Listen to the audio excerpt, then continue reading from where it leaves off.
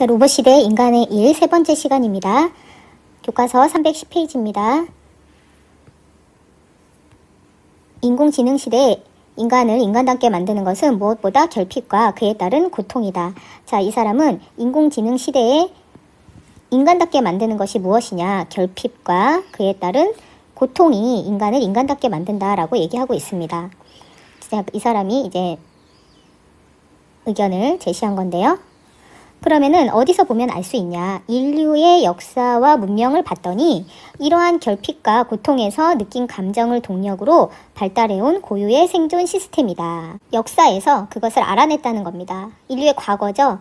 인류의 역사를 보니까 이러한 결핍과 고통에서 발달해 왔다라는 걸 알 수 있었다는 얘기입니다. 처음 마주하는 위험과 결핍은 두렵고 고통스러웠지만 인류는 놀라운 무엇과 무엇을 발휘했다. 유연성과 창의성으로 대응해 왔다. 어디에서? 결핍과 고통을 통해서 대응하기 위해서 유연성과 창의성을 발휘했다. 결핍과 고통을 벗어나는 과정에서 인류가 체득한 몸소 알게 된 생존의 방법이 유연성과 창의성이다.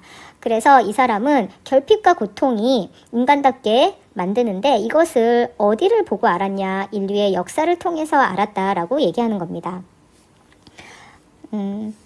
이것은 기계에는 가르칠 수 없는 속성이다. 그래서 인간의 약점은 이렇게 고통과 결핍을 느끼는 인간의 감정을 얘기합니다. 이 감정이 고통과 결핍을 느끼게 하는 거죠.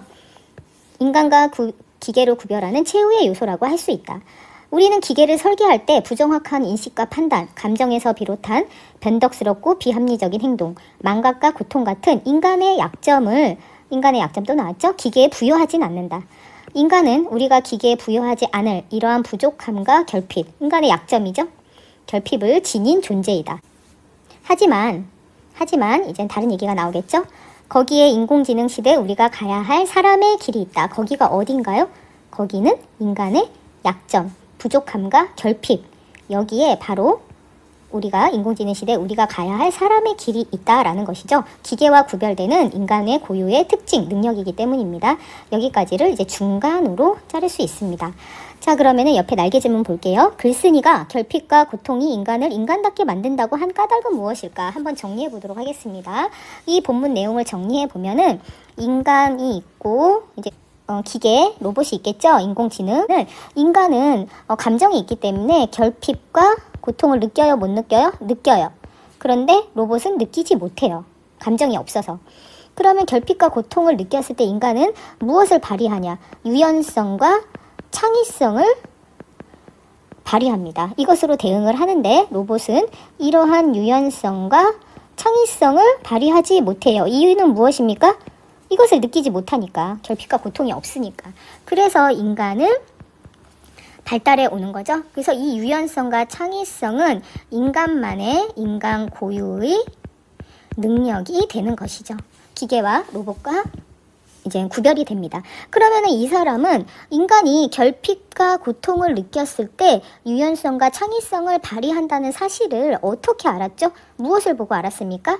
그렇죠. 무엇을 통해 알았어? 인류의 역사를 되돌아보니까 이렇게 인간은 과거에도 결핍과 고통을 느끼면 유연성과 창의성을 발휘해서 대응해 왔다라는 것을 알 수 있었다라는 걸 쓰고 있습니다.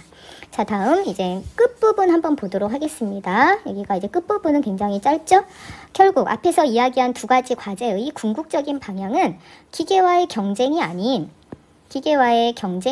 공존과 공생이다. 인간 고유의 속성인 무엇과 무엇을 발휘하면서 속성이 유연성과 창의성은 인공지능 시대라는 새로운 변화에서도 인간이 생존할 방법을 찾아낼 것이다 라고 마무리하고 있습니다. 그래서 결국에는 이 사람은 공존과 로봇을 활용하면서 로봇과 함께 이제 살아가고 그 다음에 또 생존할 방법을 여기서 찾을 것이다 라는 마무리를 짓고 있네요. 이 사람은 이제 맨 처음에 문제 제기를 했었죠. 인간의 지적 능력을 뛰어넘는 인공지능의 개발이 인간에게 축복이 될지 재앙이 될지 알 수가 없다. 그럼으로써 이제 우리는 해결 방안을 찾아야 되는데 로봇을 통제하는 방법을 이제 찾아야 한다. 첫 번째로. 이것이 하나의 과제 1이었죠. 선생님이 본문에서 설명한 과제 1이었습니다. 그러면은 로봇이 지켜야 할 첫 번째 이거 해결 방안은 도덕적 기준을 만들자. 또 살인 로봇을 막는 국제 규약을 제정하자. 이런 해결 방안을 제시했고, 그럼 이건 누가 하는 겁니까? 법적인 측면이었어요. 법을 지금 없는 법이니까 법을 만드는 건 뭐라고 했죠? 입법자들이 할 법적인 차원에서의 해결 방안이었고, 로봇이 사회적 규약을 벗어나지 않은 범위에서만 작동하게 설계하는 것은 누가 해야 될 기술자, 과학자들이 해야 될 일이었고, 이거는 기술적인 차원에서의 해결 방안이었다. 이렇게 구분해 볼 수가 있습니다. 그러면은 두 번째, 우리에게 주어진 두 번째 과제는 무엇이었냐면은 인간의 가치를 높여야 된다. 로봇을 통제하는 것과 동시에 인간의 가치를 높이는데 그 해결 방안은 기계가 모방할 수 없는 인간만의 특징인 감정과 의지를 활용해야 한다. 그래서 감정과 의지를 활용하면서 유연성과 창의성을 발휘하는 게 인공지능 시대에 대응할 수 있는 방법이다라고 제시하고 있습니다. 자, 그래서 글쓴이가 생각하는 인간만의 특성이 무엇인가에 대해서 이 사람이 이제 또 자세하게 설명하고 있지 않습니까? 인간만의 특성은 감정에 따라 판단하고 의지적으로 행동하는 거예요. 감정과 의지죠. 그 다음에 결핍과 고통을 극복하면서 무엇을 발휘했죠? 유연성과 창의성을 이제 발휘하는 게 인간만의 특징이다. 그래서 감정과 의지, 유연성과 창의성의 발휘다. 인공지능 시대에 대비하려면 인간만의 특성을 찾아 인간의 이러한 가치를 높여야 한다. 그래서 인간만의 특성은 뭐였습니까? 요거였죠. 감정과 의지, 또 유연성과 이제 창의성이었다. 글쓴이가 생각하는 인간만의 특성 정리해보기. 감정과 판단하고 의지적으로 행동하는 게 인간의 특성이었죠. 이 사람이 말하는. 그 다음에 결핍과 고통을 극복하면서 유연성과 무엇을 체득했다? 몸소 익혔다? 그렇죠. 유연성과 창의성을 익혔다. 그래서 이 사람이 생각하는 인간의 특성은 감정과 의지, 유연성과 이제 창의성입니다. 극복하면서 인공지능 시대에 대비하려면 인간만의 특성을 찾아 인간의 무엇을 높여라? 가치를 높여야 한다. 이것이 우리의 이제 과제였다. 다음 페이지 넘기겠습니다. 1번 글쓴이가 생각하는 우리 사회의 문제가 무엇인지 써보자. 그러니까 인공지능 시대, 인공지능 로봇, 인공지능의 발달로 인간이 이제 편리해지는 건 문제가 되지 않죠. 그런데 인간의 안전과 생명의 위협을 받는 거죠. 안전과 생존이 위협받을 수도 있다. 이것에 대한 이제 문제 제기였죠. 이제 축복이냐 재앙이냐라고 했을 때 생존이 위협을 받을 수도 있다. 이게 이제 문제 제기였습니다. 그럼 우리가 어떻게 해야 하냐 하면서 해결 방안을 내놓은 거죠. 방안 첫 번째는 로봇을 통제하는 것이었고요. 로봇에 관한 것이었죠. 이게 이제 과제 1이었어요. 그 다음에 두 번째 과제 2. 이 사람이 우리에게 제시한 두 가지 과제 중에 두 번째 인간의 가치를 높이는 것이었습니다. 그럼 구체적으로 어떻게 해야 되나 하고 이 사람이 해결 방안을 제시했었죠.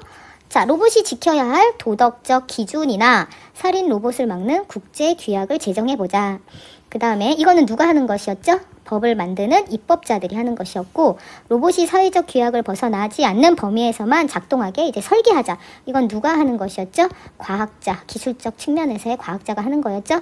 그래서 여기는 이제 입법자들이 하고 과학자들이 해야 될 일이었다. 입법자는 법을 만드는 사람들. 인간의 가치를 높이는 거는 누가 해야 되는 겁니까? 각 개인이 하는 건데, 그럼 구체적으로 어떻게 하는 걸까? 뭘 찾아라? 기계가 모방할 수 없는 인간만의 특징인 감정. 인간만의 특징이 뭐였죠? 감정과 의지였죠. 의지를 강화해라. 인간만의 특징이 뭐였더라? 감정과 의지를 강화하고, 그 다음에 두 번째는 인간 고유의 속성인 또 무엇을 발휘해라? 유연성. 인간만이 가지는 거죠. 유연성과 창의성을 발휘하여 인공지능 시대에 대응해야 한다. 그래서 인간 고유의 특징 감정과 의지, 유연성과 창의성을 이제 발휘해서 인공지능 시대에 대응해야 한다라는 방안을 이 사람이 제시했습니다. 다음 3번. 글쓴이는 인공지능 시대에 인간과 로봇의 관계를 어떻게 바라보고 있는지 말해보자. 어떻게 적대적인 관계였나요? 아니죠. 공존, 공생할 수 있을 것이라고 생각할 수 있습니다. 인간 고유의 속성이 뭐라고 하고 있죠? 속성인 유연성과 무엇을 발휘해서? 창의성을 발휘하여 인공지능 시대에서도 로봇을 잘 활용하면서 인간에게 이롭게 활용하면서 이런 로봇과 공존, 공생을 할 수 있을 것이라고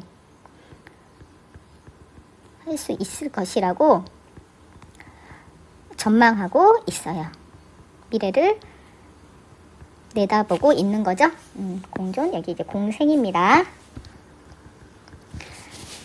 자, 이렇게 이제 이 사람의 의견이 정리됐습니다.